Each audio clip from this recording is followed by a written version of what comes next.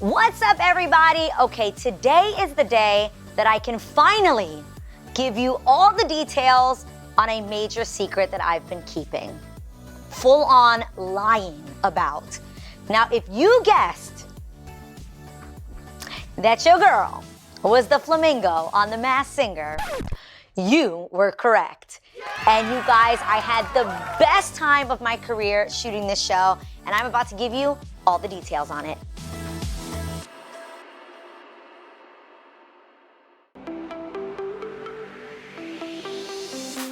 So, I found out about The Masked Singer before it even went to air because I actually auditioned to be one of the judges. I had to watch the Asian version of it that they had sent me, and I was like, oh my God, this is crazy, but this is actually a really cool idea.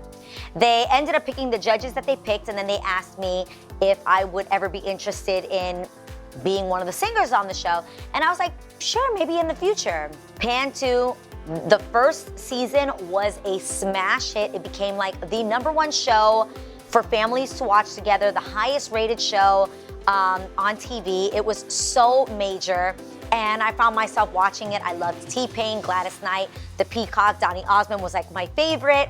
And so sure enough, when they were getting ready to do the second season, they reached out to my agents and they were like, do you think Adrienne would still be interested? I talked it over with my husband and I was like, this is not a bad idea. To be quite honest with you, I know that I've shared so much of the fact that like performing live has been one of my biggest fears. So all of that motivated me to say yes to doing The Masked Singer.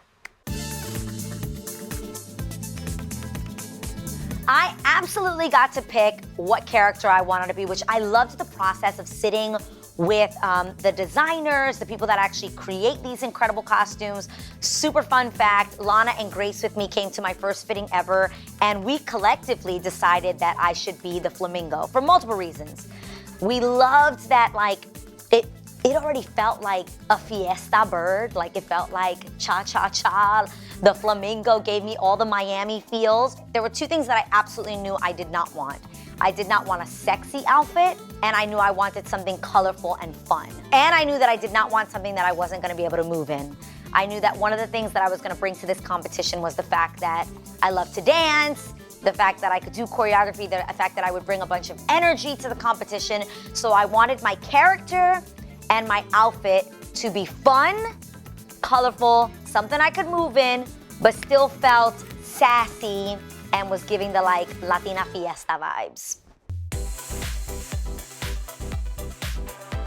Oh my gosh, this was so hard to keep a secret because you guys know that I've said 1,000,001 times I hate liars. But then you put me in no position but to lie. Like I literally was being forced to lie. I was like, I signed an NDA, people, contractually. I could like be sued if I tell you that I am the flamingo. When I tell you I've been cornered so many times by my co-hosts on The Real, by people that I know in my private life that literally have like come to me and they're like, don't lie to me, tell me the truth. Yo, you lying? Jeannie even so much as made me like put it on our friendship. Tell me right now. And I'm like, I'm telling you I'm not the flamingo. It was awful.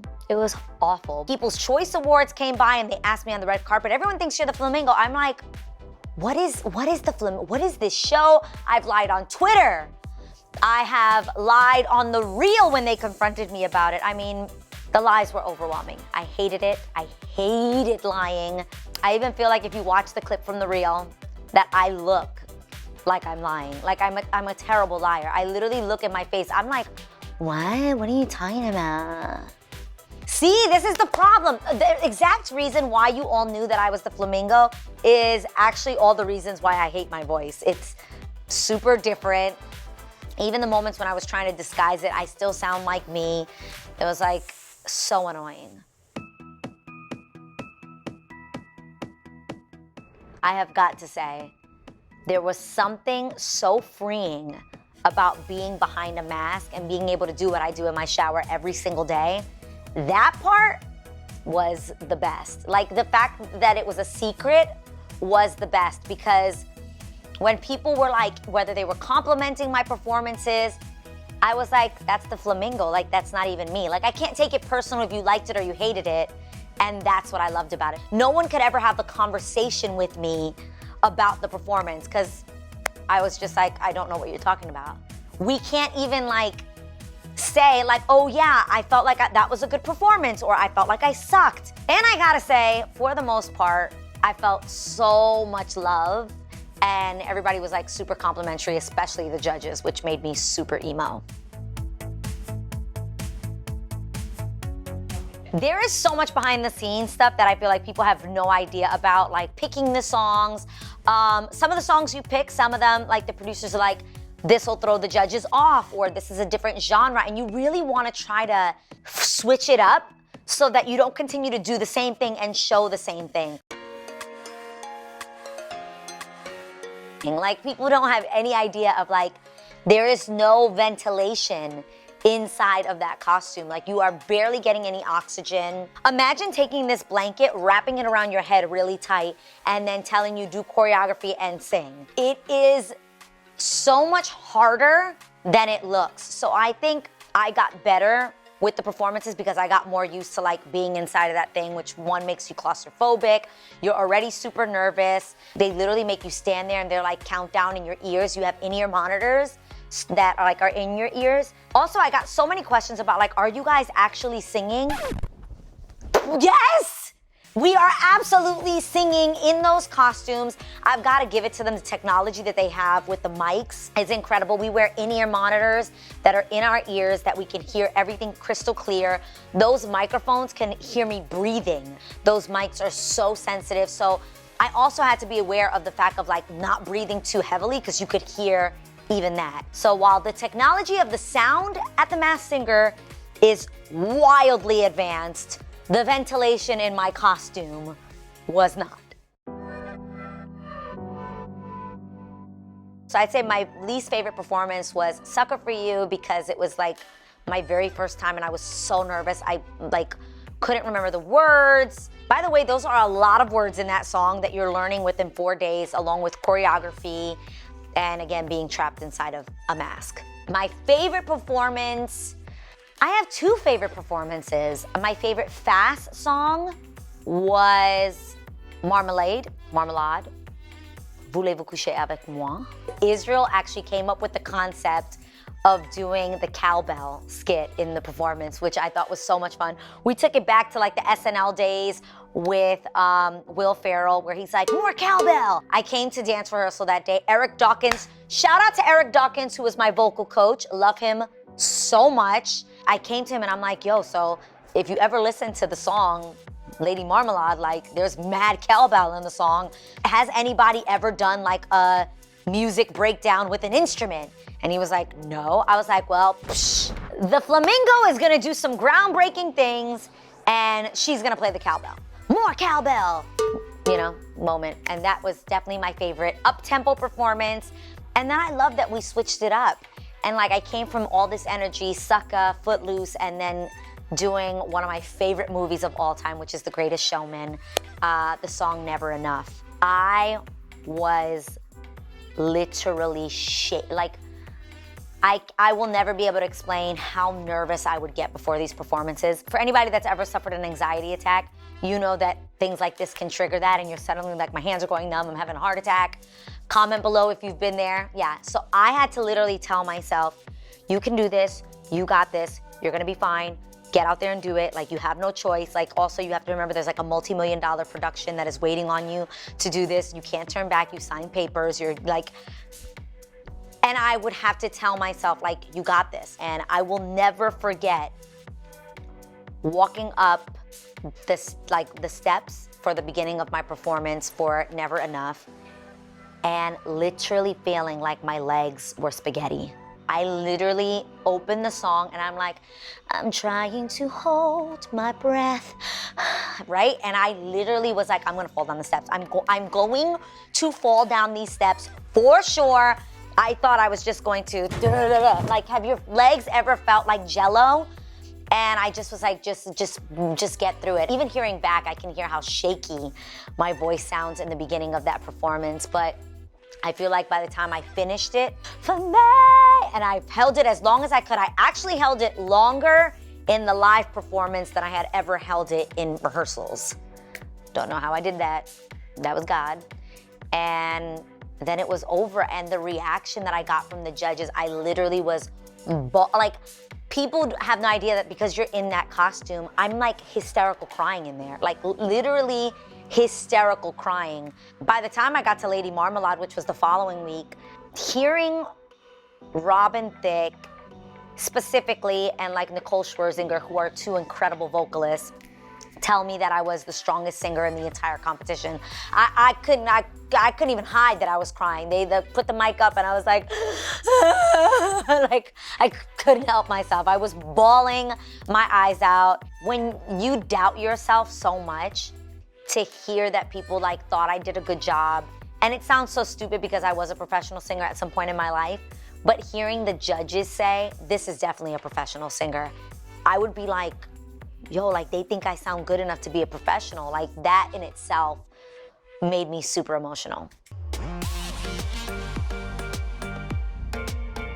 When you do The Masked Singer, there are so many things that you don't know that you're stepping into, like the fact that when you pull into the studio where they shoot the show, you at no point get to wear normal clothing. You have to be covered from head to toe, including your hands. Like they cannot even see skin because skin would give away what complexion you are. It gets even deeper than that. Anyone that comes with you to set, which the two people that ever came with me were Israel and Lana, they too have to come in full costume. No one can know who they are because obviously if you see Lana on the set, you'll be like, it is Adrienne. I have a shirt that says, do not talk to me. No one is allowed to speak to me, and I'm not allowed to speak to anyone because my talking voice would be a giveaway. Every single day I wore gray sweatpants, big socks that came up to here because I couldn't even show my ankle, sneakers, a hoodie that zips all the way up, and then you wear a mask that completely covers your entire face. There are people on staff, the producers, that wear shirts that say, you can talk to me. If there was like an emergency, that's the person you go to, like, excuse me, like, and they can talk to you because obviously they know who you are. That means that they are, and not even all the producers and not even everybody on stage knows who they're dealing with. There are people that work with you, stage managers all day long, you are not allowed to talk to them. My dancers that I did dance rehearsal with every single day, at no point did they see me. At no point was I able to communicate with them. Literally, I would tell the choreographer in their ear with my gloves, everything covered up, and I'd say, please tell them that I say thank you so much and I really appreciate them for helping the performance look great. And the choreographer would tell the dancers what I felt and I would blow kisses. I never once did a dance rehearsal without being covered head to toe. So everyone has a trailer and you can see their character's picture on the front of the trailer, but a lot of people don't know that we don't know who the other characters are. At no point do we ever hang out, do we ever communicate. They keep us completely separate. Even once they're eliminated, you're like, oh, I guess the flower went home. Whoever the flower is, like you have no idea who the other characters are. So not gonna lie, I watched the show to find out who these other characters were because I was like, I don't know who these other people were. Not gonna lie, there were a few that I guessed right off the bat. I was like, seriously guys, seriously? The Widow? Really? I've only done 2 albums with the girl. Like I absolutely know that I knew that it was Raven Simone. I actually did not know it from the first song. I figured it out when she did the Cher song, Do You Believe in Love? I was like, oh, that's Raven. The other person, I actually shared a trailer with this person and I heard them speak. And that was the butterfly, Michelle Williams, who's one of my dear friends. And literally, we're shooting this show together. She knew it was me too, I knew it was her. I went to her 40th birthday. Not one of us mentioned it. You know what that is to like, be doing this major show. I know you're on it, you know I'm on it. I'm at your birthday celebration. We know we're leaving here to go back to set tomorrow. We both just were like, I never said it, she never said it, and now that it's over, we were like, girl, I been knew it was you. The clue clues. Okay, the clues work like this.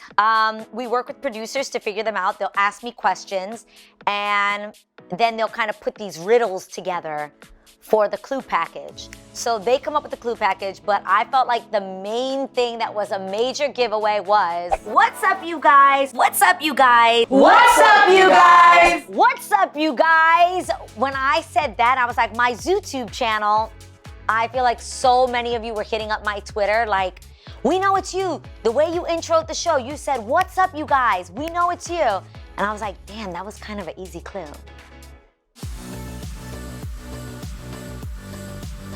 I have got to say that I went so much further in this competition than I ever would have imagined.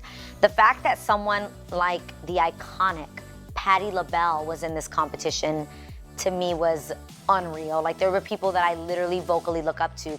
And here we come to the finale, and I'm the last woman standing. I could not believe it. I literally kept telling Lana, I was like, I just want to sing like 2 songs. If I get to the second song, I'm good. After the second song, I could go home. Like, at least I made it. All I really wanted to do was make it past the first show. By the time I was on like my 5th song, I was like, what the heck is going on here? Like, damn it, now I kind of want to win. But I feel like it was a major win regardless. 1, just conquering my fear. 2, making it to the finale as the last woman standing. And 3, I really don't have a 3. It just normally goes like that, like 1, 2, 3. So yeah, I came in 3rd place, people. I felt really good. I was like naturally disappointed. Like, I think you're like, damn, man, I wanted to win the whole thing. But that was like a major accomplishment in itself, just getting to the finale. And again, technically I won for all the girls. Doing this show definitely made me fall in love with performing again, like, which I didn't even know that I had missed it. I think more than anything, I just was feeling competitive and was like, get out there and do it. Definitely helped me with my fitness goals. There's almost like an athletic training that has to go into these performances, because you literally want to make sure that you have the stamina to be able to sing, dance, and carry this costume on top of you with a lack of oxygen. It was physically challenging. It was mentally challenging, emotionally challenging. Like, you had to get out there, you have to believe in yourself.